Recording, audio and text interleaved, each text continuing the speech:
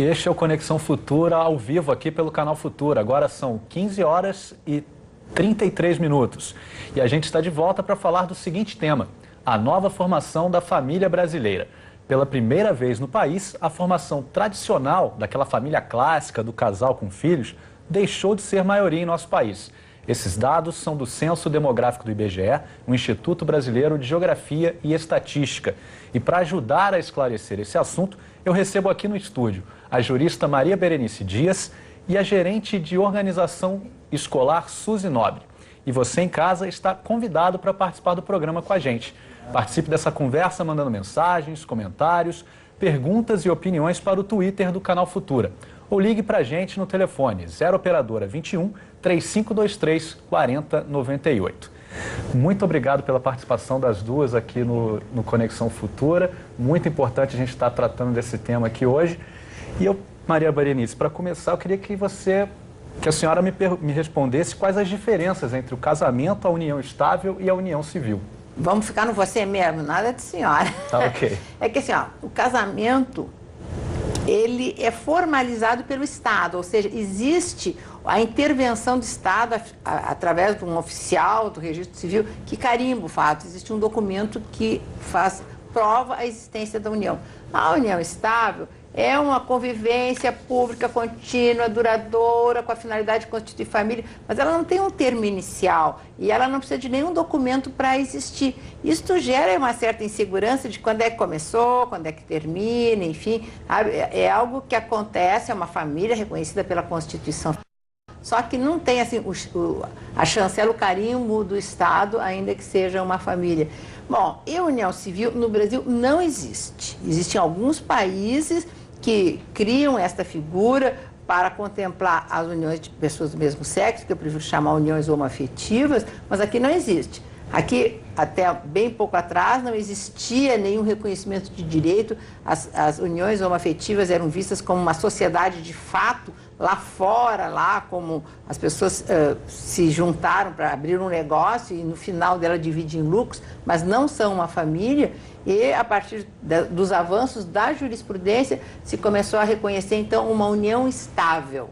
É essa a posição jurídica possível. E depois dessa decisão do Supremo de 2011, há a possibilidade de haver o casamento. Tem 6 estados do Brasil que já há uma normatização possibilitando o casamento civil, casamento igual, né, do heterossexual às uniões de pessoas do mesmo sexo. Inclusive, a senhora acabou cunhando essa expressão união homoafetiva, né? Por que ela é importante ressaltar esse termo? Pois é que tem assim, alguns termos tão marcados pelo preconceito, e não tem segmento alvo de maior preconceito do que os homossexuais, sabe, que marca muito a ideia da sexualidade. Quando eu acho assim, ó, o vínculo é de afetividade, como são das famílias. O que mudou? Por que mais a família não é somente aquela do casamento, homem, mulher, crescer e multiplicar até que a morte separe? Existem outras formas de constituição de família reconhecidas pela Constituição Federal, onde é o vínculo da afetividade que marca. O conceito de família atual é a afetividade, daí uniões então homoafetivas. Em 2011, o Supremo Tribunal Federal reconheceu a união estável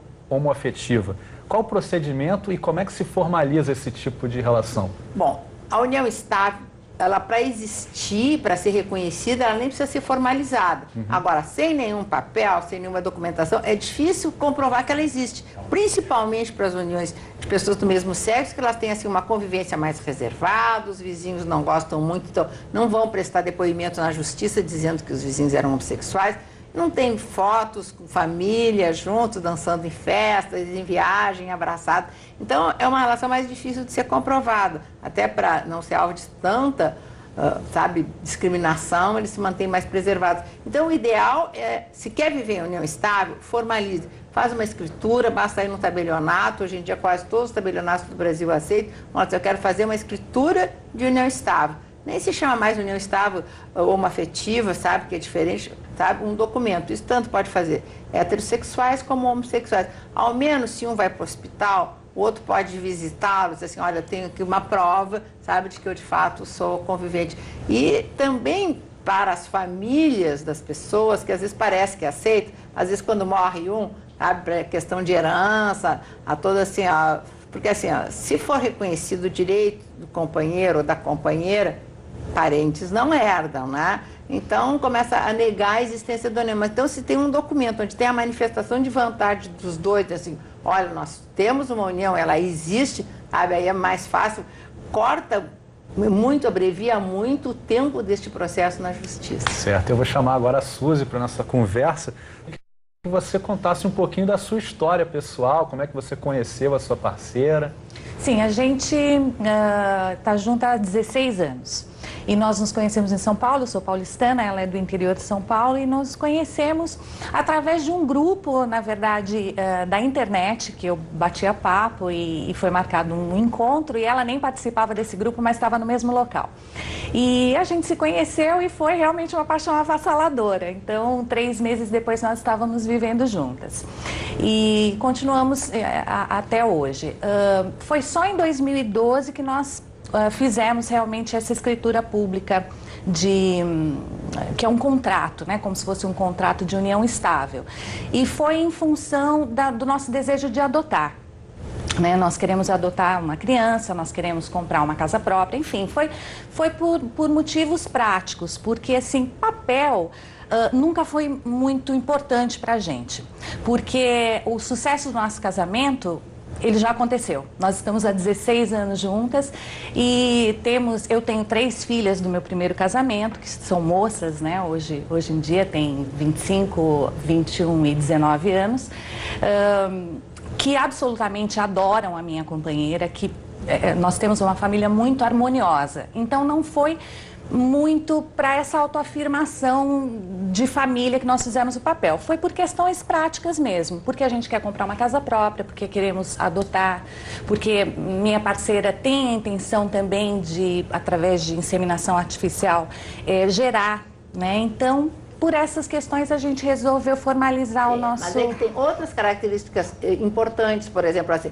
ficar de dependente junto à Previdência, sabe, sim. Em caso de falecimento, advogado, assim, sempre fala no lado, né, não muito bonito, mas sabe conseguir algum tipo de benefício, pensão por morte, enfim, então, acho que formalizar é importante.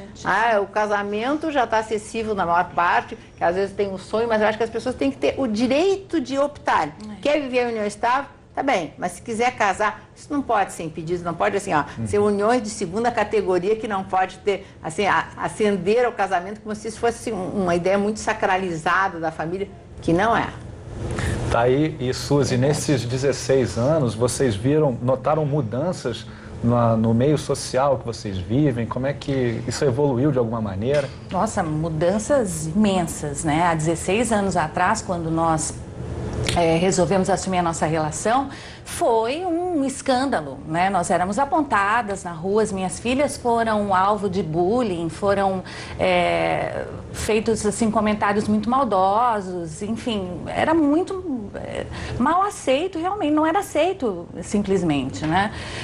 Mas nós sempre tivemos uma postura muito de enfrentamento mesmo.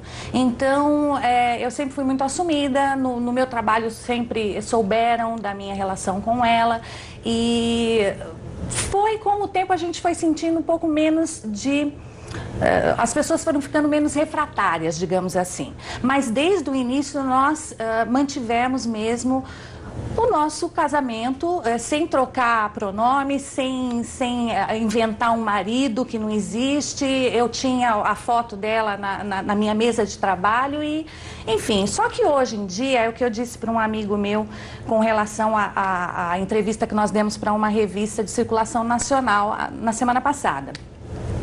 Ele falou, nossa, que felicidade a minha amiga, em nível nacional, assumindo o amor dela pela companheira. Eu disse, meu amigo, agora tá fácil. Agora tá fácil. Porque agora o assunto tá aí, tá na mídia, todo mundo tá discutindo. E é assim, moderninho, e é até bacana você ter um casal de homoafetivos como seus amigos, né? Agora, 16 anos atrás é que foi barra. sabe? Há 16 anos atrás foi muito complicado mesmo para mim, para as minhas filhas, para ela, e a gente só conseguiu superar tudo isso por muito amor mesmo, porque é muito mais fácil ser heterossexual, né, gente? Não é, ninguém escolhe esse caminho mais difícil, né? É muito amor mesmo. Eu queria fazer agora uma pergunta para as duas, se o Estado, se o reconhecimento do Estado facilitou de alguma maneira essa relação dessa união? É que assim, ó, quando a justiça diz que alguma coisa está certo, há uma tendência das pessoas aceitarem. Então tem um caráter assim muito pedagógico, sabe, haver decisões da justiça reconhecendo as uniões. Eu acho que isso melhora muito, né, em termos de tentar se eliminar um pouco o preconceito. E os movimentos sociais, eles são importantes, eles são muito ativos no Brasil e há toda uma movimentação nesse sentido, para ver se a gente consegue assim, driblar esse preconceito, essa homofobia, que é muito severa. Porque assim, ó, a justiça tem conseguido avançar na concessão de direitos, até vai. Reconhece a união, reconhece direitos de ser dependente, reconhece a adoção, abre um leque de direitos para travestis, transexuais, troca de nomes, enfim, mas não consegue punir os delitos, os crimes de homofobia que acontecem de uma maneira absurda no Brasil. A cada 26 horas, um homossexual é morto no Brasil, sabe, por crimes de ódio. E para sanar isso, nós precisamos de uma legislação. A justiça não pode condenar ninguém sem ter uma lei anterior. Então, agora o movimento, depois do avanço no âmbito do Poder Judiciário, a ideia é se avançar no âmbito do Poder Legislativo. E você, Suzy? Olha, eu acho também que a reação ao homossexual, por mais que as pessoas elas digam, não, agora está tudo muito aberto, não é bem assim, não é bem assim. A gente ainda, especialmente os meninos, eu acho que correm muito mais perigo até, porque, não sei, a nossa cultura, ela até permite, ela não vê com maus olhos as meninas que se dão as mãos, as amigas que se abraçam e tudo mais. É mais assim com relação ao homem, a cobrança, né, a homofobia e tudo mais, eu sinto mais em relação aos meninos do que as mulheres. Eu acho sim que esses avanços foram importantes, são importantes, nossa gente, claro, com certeza, né, é uma chancela, é muito importante, sim, mas tem um caminho muito longo ainda, muito longo, porque para uma pessoa hoje em dia ir lá e se assumir, que bacana, essa é minha esposa, isso, aquilo, aquilo outro, teve que acontecer muita coisa, gente, teve que acontecer um Stonewall, teve que acontecer muita gente dar a cara a tapa, literalmente. Então não tá tão fácil assim, existe uma abertura, damos graças, mas não é tão comum quanto as pessoas imaginam que seja, não. Tá, a gente tem duas perguntas aqui do público. Eu queria agradecer o Renato Pacheco, que mandou por Facebook. Ele quer saber se os direitos são os mesmos nas uniões e no casamento. Os direitos são, no âmbito lá do direito das sucessões, depois que acontece a morte, é que há uma diferença de tratamento. Mas esta diferença, a jurisprudência já vai dizendo que ela é inconstitucional. No fundo, não poderia tratar um com herdeiro necessário, o companheiro não, um ganha uma parte da herança maior do que o outro, mas essas arestas, essas diferenças postas na lei estão sendo afastadas aos poucos pela jurisprudência. E aqui a Maria Estela Guedes, de Minas Gerais, tem um amigo que foi casado e o companheiro dele faleceu. É possível receber pensão nesse caso? Com certeza, até uma resolução já do próprio INSS, reconhecendo o direito à pensão por morte. Então, mas aí precisa provar a existência da união, daí é importante se existe esse documento e precisa mais de alguns elementos, mas isso é tanto para hétero quanto para homo. Ou conta conjunto, ou comprovante de residência e tal, mas há a possibilidade, sim. Hoje em dia nem precisa entrar na justiça para conseguir a pensão por morte. Tá. Suzy, eu queria saber se antes da sua união com a sua companheira, se você tinha um casamento com uma relação heterossexual. Sim. Como é que... Eu fui casada, na verdade, 2 vezes, né, com casamentos convencionais, digamos assim. E do meu segundo casamento eu tenho 3 filhas, que são moças, né? E como é que eles reagiram a essa sua decisão? Bom, meu ex-marido reagiu da pior maneira possível, né? Hoje, há 16, né, passados 16 anos, eu vejo que ele está começando a querer me cumprimentar. As guardas dos filhos ficaram contigo? Ficou com ele. Ficou com ele e eu entrei 2 vezes, ou não, 3 vezes para tentar reverter a guarda e ele nunca era citado, o oficial de justiça nunca encontrava. Enfim, eu tinha... Mas foi a justiça que deu a guarda para ele? Sim, sim. Com certeza, em face da tua orientação sexual, não tenho dúvida nenhuma. Não, com certeza. Hoje em dia horrível, é mais fácil, né? A decisão do juiz é mais fácil de pender para o lado da mãe, né? Não, em geral, pende para o lado da mãe. Ainda nós Essa temos foi minha grande surpresa, esse ranço cultural. Agora, nas relações homoafetivas, sabe, que ainda há aquela ideia de que não é uma família com condições de ter os filhos junto, havia uma certa resistência. Mas, hoje em dia, assim, esses estudos psicossociais que são feitos revelam qual é, como é que onde a criança está bem, onde se estuda bem, não há tanto a discriminação pela orientação sexual dos pais na hora de definir a guarda de um ou de outro. Mas há 16 anos atrás, eu não duvido que tu perdeu a guarda das tuas filhas pela tua orientação sexual. Sim. Suas filhas ficaram bem, tranquilas? Como é que foi? Não, no começo foi um transtorno, né? Foi um sofrimento muito grande, porque ele tomou essa decisão para me punir. Realmente para me punir. E acabou punindo a todos nós, inclusive a ele mesmo. Porque ele não estava preparado para assumir sozinho a educação e o cuidado diário de 3 meninas pequenas. Elas tinham 3, 5 e 8 anos de idade, então calcule, né? Um executivo, um homem que mal parava em casa, como é que ia dar conta de tudo isso? Então ele fez mesmo para me punir e acabou punindo a todos nós. Até as filhas. Especialmente as filhas, porque elas se ressentiram demais daquele convívio diário com a mãe. Eu as via fim de semana sim, fim de semana não. Era um sofrimento horroroso. Eu, quando ia entregar as minhas filhas na casa dele, na frente delas, eu procurava me manter serena e sempre bem, mas eu saía de lá, não era nem chorando, era urrando, porque me doía demais, né? Foi realmente uma punição muito severa. Mas, com o passar do tempo, as meninas foram crescendo e adquirindo mais autonomia. Então, essa coisa foi se suavizando. E assim, o que é mais importante, na verdade, em relação a isso, é que o que se pretendia, que era me apartar das meninas, que elas tivessem algum tipo de rejeição a mim, foi justamente ao contrário. Nós somos muito ligadas e elas adoram a minha companheira. E sempre gostaram. E tem com ela uma cumplicidade que às vezes não tem comigo. Né? Confiam nela coisas que não confiam em mim. Então, foi sofrido, mas no final das contas eu posso dizer que a gente saiu, todas nós, vitoriosas dessa situação. Tá certo. E hoje, aos poucos, os direitos dos casais homoafetivos começam a ser reconhecidos na justiça, mas ainda não tem uma lei para isso, né, que regulamente isso. Né? Esse é o grande movimento hoje em dia, né? Já temos avanços nesse âmbito do judiciário, mas nós precisamos ter uma legislação. Não tem nenhum projeto de lei até hoje que tenha sido sequer votado, muito menos aprovado no nosso Congresso Nacional. Então, o que fez a Ordem dos Advogados do Brasil?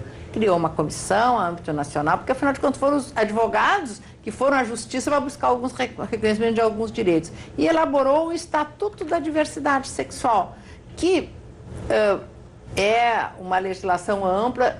Aqui dentro está o reconhecimento de todos os direitos que a Justiça já vem reconhecendo, mas em termos de lei. E o movimento feito pela Ordem é para se conseguir apresentar este projeto de lei por iniciativa popular. Então, nós estamos colhendo as assinaturas para apresentar, mas isso é um número muito significativo que precisa a participação de todo mundo. Acho que esse é um movimento de cidadania. Inclusive, a assinação pode ser feita pela internet, tem a petição pública. Tem, olha, tomara que todo mundo participe, porque eu acho que esse é um momento importante nesse país de se chegar a essa legislação. É www.estatutodiversidadesexual.com.br. Lá está o texto para votar. Está na tela, www.estatutodiversidadesexual.com.br. É esse aqui, ó. Tá certo. E desses direitos, quais são mais facilmente reconhecidos na justiça? Hoje em dia, o que se mais reconhece é o direito sucessório, ou seja, quando um morre, que a família reage, que acabam batendo no judiciário, mas cada vez mais, como as uniões estão cada vez mais visíveis e se acautelam, tendo essa documentação, fica mais fácil de se conseguir o reconhecimento dos direitos. E a adoção, né? Também pelos dois pais ou duas mães também já está bem mais fácil. Porque antes o que acontecia?